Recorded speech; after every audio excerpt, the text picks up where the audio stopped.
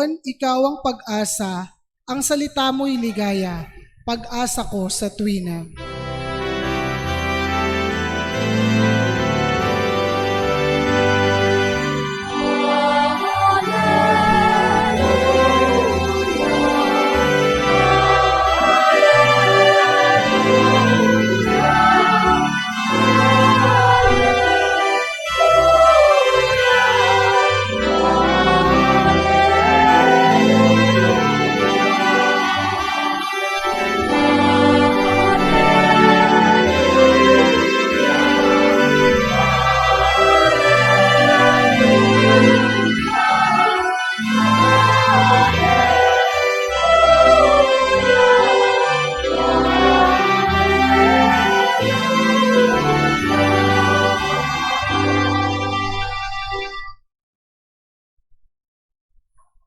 Sumainyo ang Panginoon. At sumainyo rin. Ang mabuting balita ng Panginoon ayon kay San Mateo. Papuri sa iyo, Panginoon.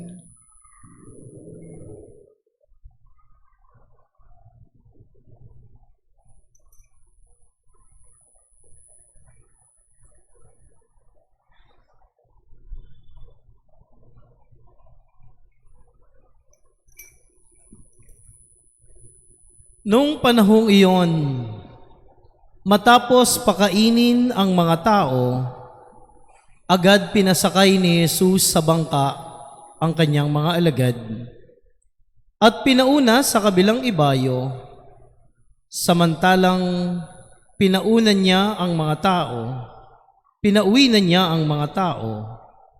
Pagkaalis ng mga ito, umahon siya sa burol upang manalangin.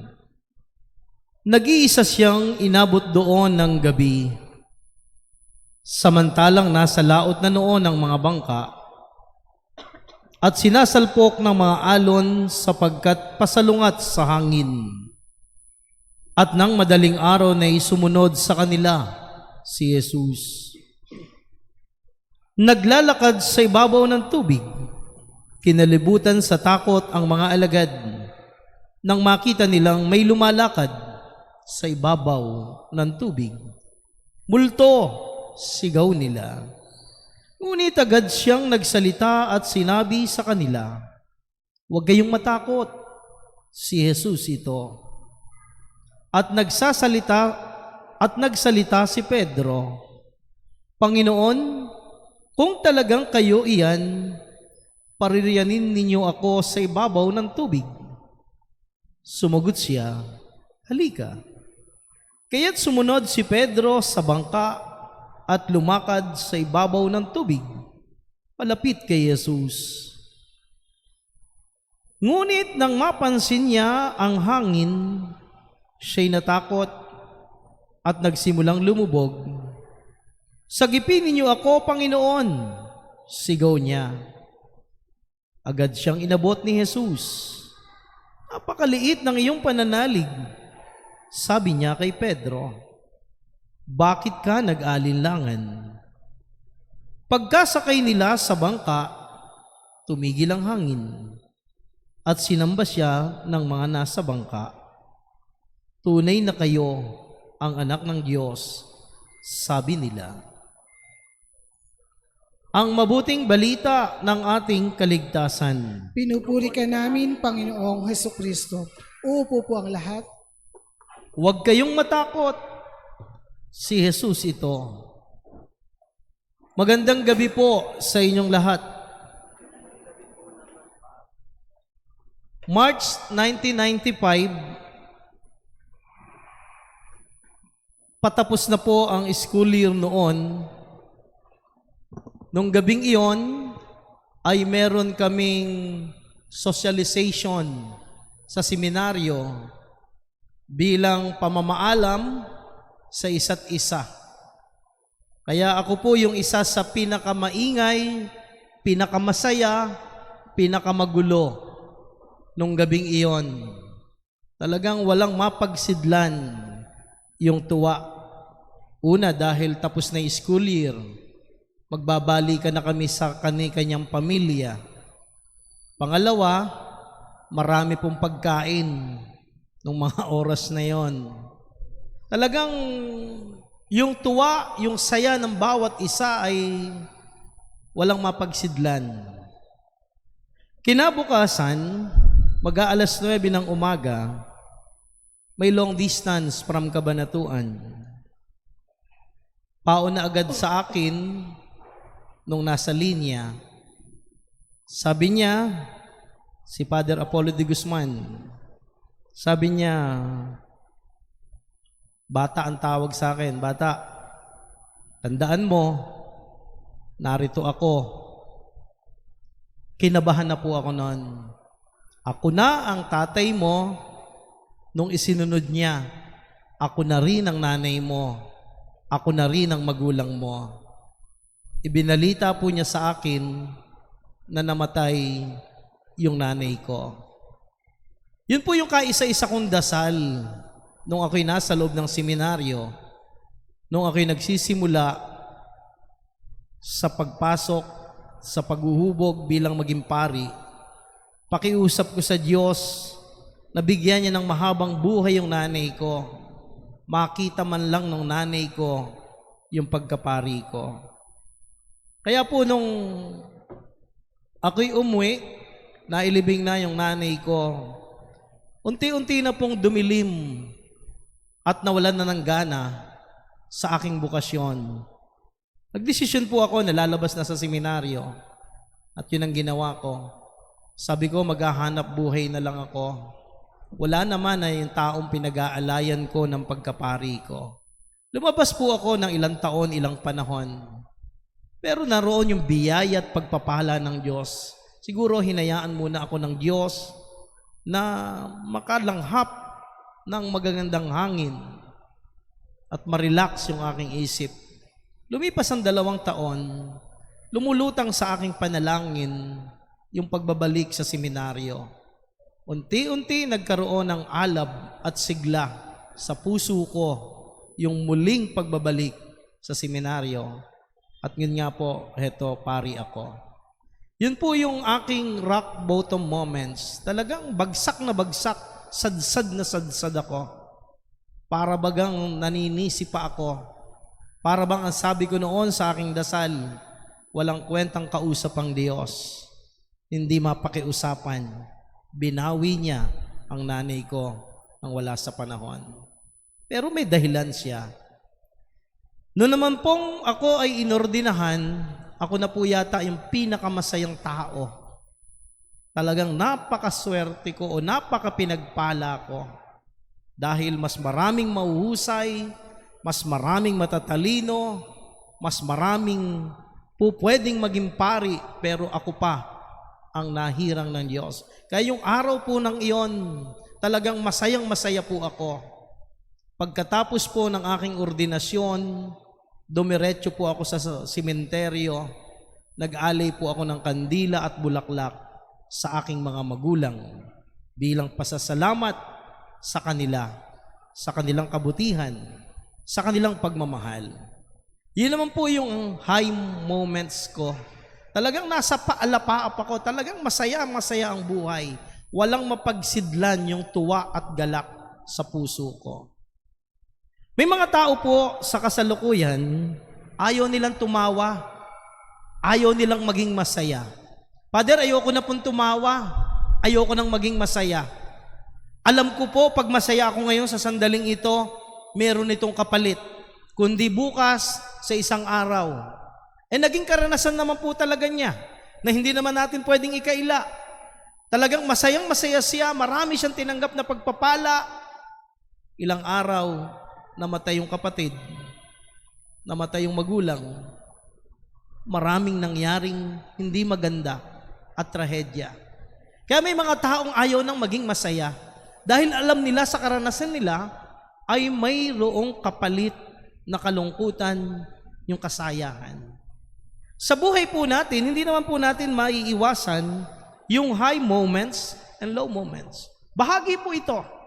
Bahagi ito ng ating buhay. Kaya nga po, alin ang magandang makita natin na halimbawa nito? Yung high moment ni Elias Sa unang pagbasa, ipinatawag siya ng Panginoon, nakausap niya ang Diyos, nakausap niya si Yahweh, nagpakita sa kanya ang Diyos. Yun po yung tugatog ng kanyang buhay, na nakausap niya ang Diyos. Walang mapagsidlan yung tuwa, walang mapagsidlan yung kagalakan ni Elias. Ganon din naman po, kung merong high, merong low. At ito naman po ay karanasan ni San Pablo Apostol sa ikalawang pagbasa sa kanyang sulat sa mga taga-Roma. Ano po ang inamin dito ni San Pablo? Sabi niya, mga kapatid, saksi ko si Kristo, na katotohanan ang sinasabi ko. Hindi ako nagsisinungaling. Saksi ko rin ang Espiritu Santo, na malinis ang aking budhi. Sasabihin ko ito sa inyo. Ano yung kanyang ipinahayag? Matindi ang aking kalungkutan at di mapapawi ang pagdaramdam ng aking puso tungkol sa aking mga kalahi at mga kababayan. Ano pat matitiis kong ako'y sumpain at mawalay kay Kristo alang-alang sa kanila. Tingnan niyo po, yung low moment ni San Pablo Apostol. Inaamin niya na meron siyang matinding pinagdaraanan. Minaamin niya na binabalot siya ng matinding kalungkutan. Baka hindi nga lang yon yung higit na kanyang pinagdaraanan. Kaya ang nasabi niya, ang tanging saksi niya ay Diyos. Ang tanging saksi niya ay Espiritu Santo, na malinis ang kanyang budhi, tama ang kanyang ginagawa. Kaya nga po ito yung isang pagpapatunay na bahagi ng ating pinagdaraanan. Habang tayo naglalakbay sa mundong ito, mayroong low and high moments na hindi natin kayang tanggihan, na hindi natin kayang talikuran. Kaya nga po sa Ebanghelyo, anong magandang aral na makikita natin? Yung mga alagad, may high moments sila. Ano yon? Malinaw sa unang bahagi ng Ebanghelyo, nung panahong iyon, matapos pakainin ang mga tao, ibig sabihin katatapos lang ng paramihin ni Jesus ang tinapay at ang isda. Ipinakita sa mga alagad yung kapangyarihan niyang magpakain ng libu-libong tao. Hay na hay yung mga alagad, tuwang-tuwa yung mga alagad. Matapos nilang makita itong ginawa ni Jesus na pagpapakain sa libu-libong tao, pagpapagaling sa kanilang karamdaman. Talagang tuwang-tuwa sila. Talagang inspired sila.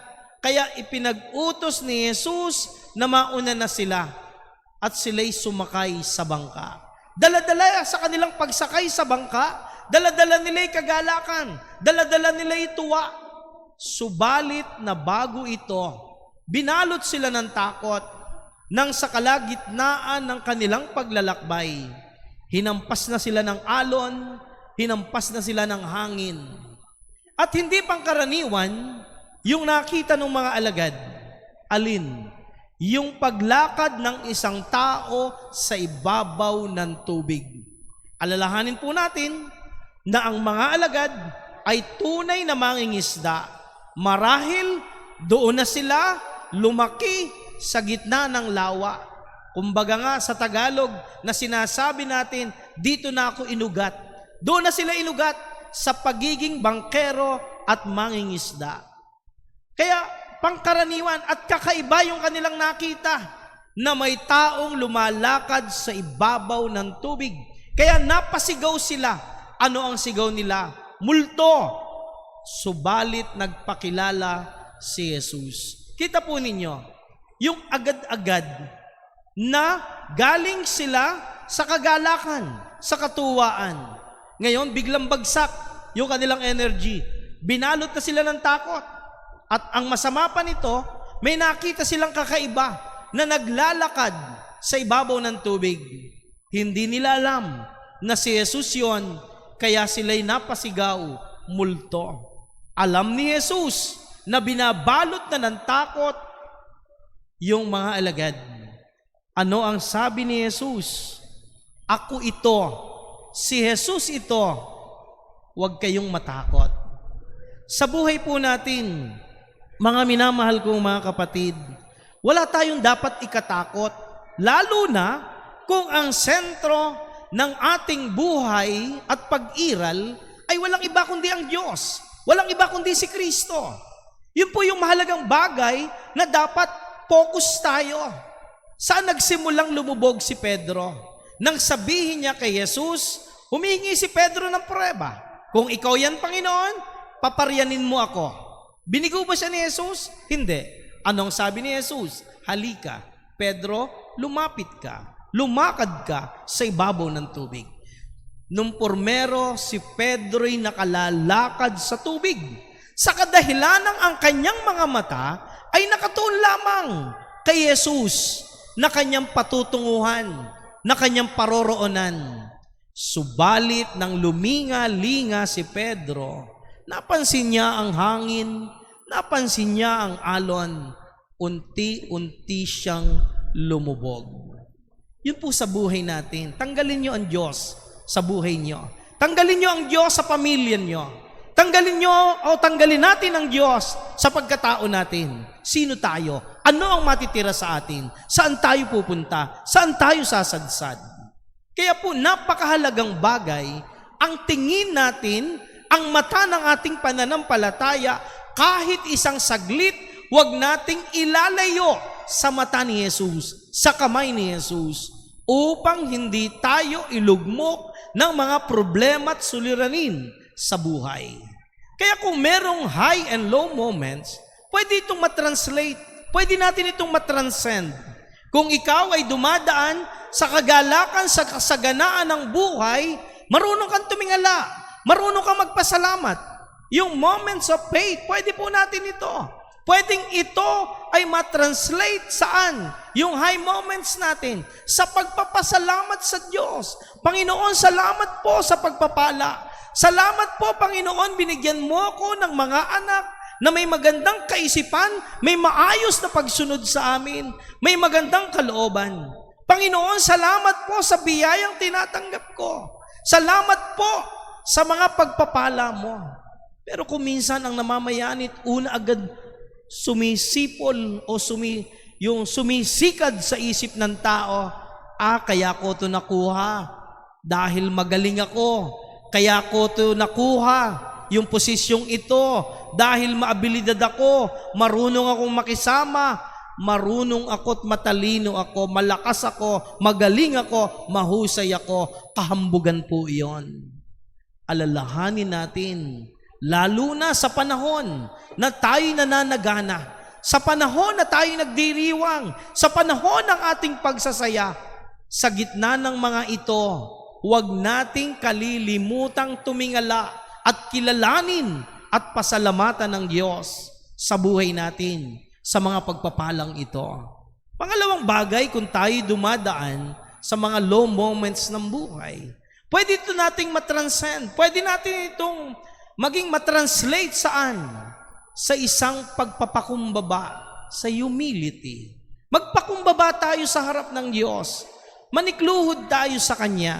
Aminin natin ang katotohanan. Tulad ni San Pablo Apostol sa ikalawang pagbasa. Inaamin niya na siya'y binabalot ng lungkot. Inaamin niya na siya'y hirap na hirap. Sa buhay po natin, yun po yung napakahalagang bagay. May mga pagkakataon na hindi na talaga natin kaya. May mga pagkakataon na sadsad tayo. Bakit hindi tayo tumingala sa langit? Bakit hindi tayo humingi ng tulong? Bakit hindi tayo humingi ng awa sa Diyos? Huwag na tayong mag-alinlangan. Lalo na sa panahon na tayo lugmok, na tayo sadsad, na tayo subasob sa napakaraming problema at suliranin. Wala namang ibang tutulong sa atin kundi ang Diyos. Wala namang tutulong sa atin at magbabangon sa atin kundi ang grasya ng Diyos. Ano ang sabi niya kay Pedro? Halika. Subalit si Pedro'y lumubog dahil luminga-linga. tinanggal ang paningin kay Jesus. Karanasan natin ito. Ang pinagtutuunan natin ng lakas, ng ating puwersa, ng ating pansin, ay yung mga problema. Kaya ko pa ba ito? Mukhang hindi ko na kaya. Alam po ninyo, pag pumapasok ito sa isip natin, sa pagdarasal natin, na-underestimate natin yung kabutihan ng Diyos. Ina-underestimate natin yung biyaya ng Diyos. Mabiyaya po ang Diyos. Marunong tayong magpakumbaba. Marunong tayong manikluhod. Marunong tayong magmakaawa. Anak niya tayo. Anak tayo ng Diyos. Hindi tayo pababayaan ng Diyos. Lalo na sa mga panahon na sadsad tayo. Narito ang banal na kamay ni Jesus. Ibinabangon tayo. Ang mahalaga, tanggap ba natin yung ating sitwasyon? Ang mahalaga, tanggap ba natin na may mga bagay na hindi tayo kaya sa buhay na ito? Ang mahalaga, sumisigaw ang ating puso. Sumisigaw tayo, Panginoon, iligtas mo ako. Panginoon, tulungan mo ako sa mga sandaling ito. Hindi tayo bibiguin ng Diyos sapagkat ang bawat isa sa atin ay mahal ng Diyos. Sa pagpapatuloy ng ating banal na misa, ipanalangin natin ang bawat isa. Nawa ang puso natin ay magkaroon ng pusong mapagpasalamat, lalo na sa mga panahon na tayo ay nagsasaya, sa mga panahon na tayo nananagana. Matuto tayong tumingala at kilalanin ang biyaya, pagmamahal ng Diyos. At ganun din, sa panahon na tayo subasob, sa panahon na tayo lugmok, sa panahon na tayo sadsad, huwag tayong matakot na lumapit kay Jesus. Huwag tayong matakot na magpakumbaba. Aminin natin na kailangan natin ng tulong ng Diyos. Aminin natin na hindi natin kaya ang mga sandali na tayo nakalugmok. Aminin natin na kailangan natin ang grasya ng Diyos. Amen.